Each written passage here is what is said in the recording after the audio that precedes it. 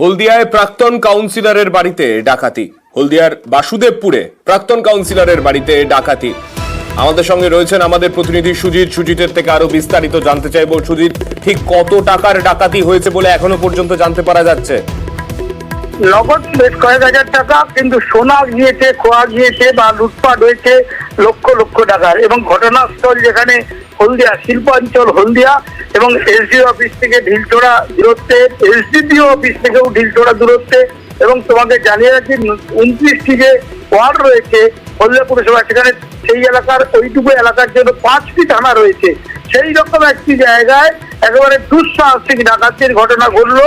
এবং ঘটনা ঘটেছে প্রাক্তন কাউন্সিলর এবং প্রাক্তন শিক্ষিকার বাড়িতে। এবং তালা চাবি ভেঙে ঢুকে আগ্নেয়াস্ত্র মাথায় ঠেকিয়ে দুঃসাহসিক ডাকাতির ঘটনা। এবং লক্ষ লক্ষ টাকার সোনা এবং নগদ টাকা, তোমাকে বেশ কয়েক হাজার টাকা ছিল, সেটাও নিয়েছেন। এবং রীতিমতো বলা যায় ফিল্মি কায়দায় একবার জোর করে ভয় দেখিয়ে এই ডাকাতি চলে।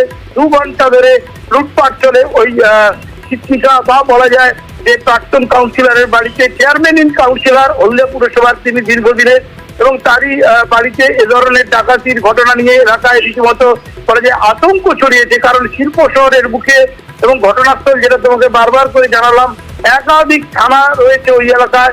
সেখানেই কিনা ঘটলো এমন ঘটনা, বাড়িতে তালা ভেঙে ঢুকেছেন এবং ঢুকে কিন্তু দুষ্কৃতীরা 10-12 জন হতে পারে, তারা একেবারে লুটপাট চালিয়েছে।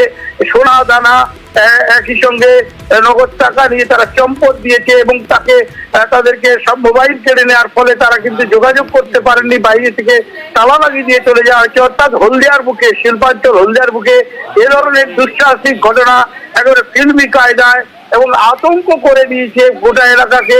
এবং শিক্ষক, যিনি বললাম শিক্ষিকা এবং প্রাক্তন কাউন্সিলর, তাদের দম্পতি রীতিমতো বলা যায় আতঙ্কিত। পুলিশের পরিবেশ যে হবেই তা কিন্তু যথেষ্ট স্বাভাবিক। এইরকম দুঃসাহসিক ডাকাতি এইরকম জায়গায় স্বাভাবিকভাবেই প্রশ্ন উঠছে নিরাপত্তা নিয়ে। অনেক ধন্যবাদ তোমায় সুজিত। একসঙ্গে 7 জন, তাদের হাতে বড় বড় লোহার ছিল আর গ্লাভস আছে, তারপর মুখে 2টো করে সার্জিক্যাল মাস্ক।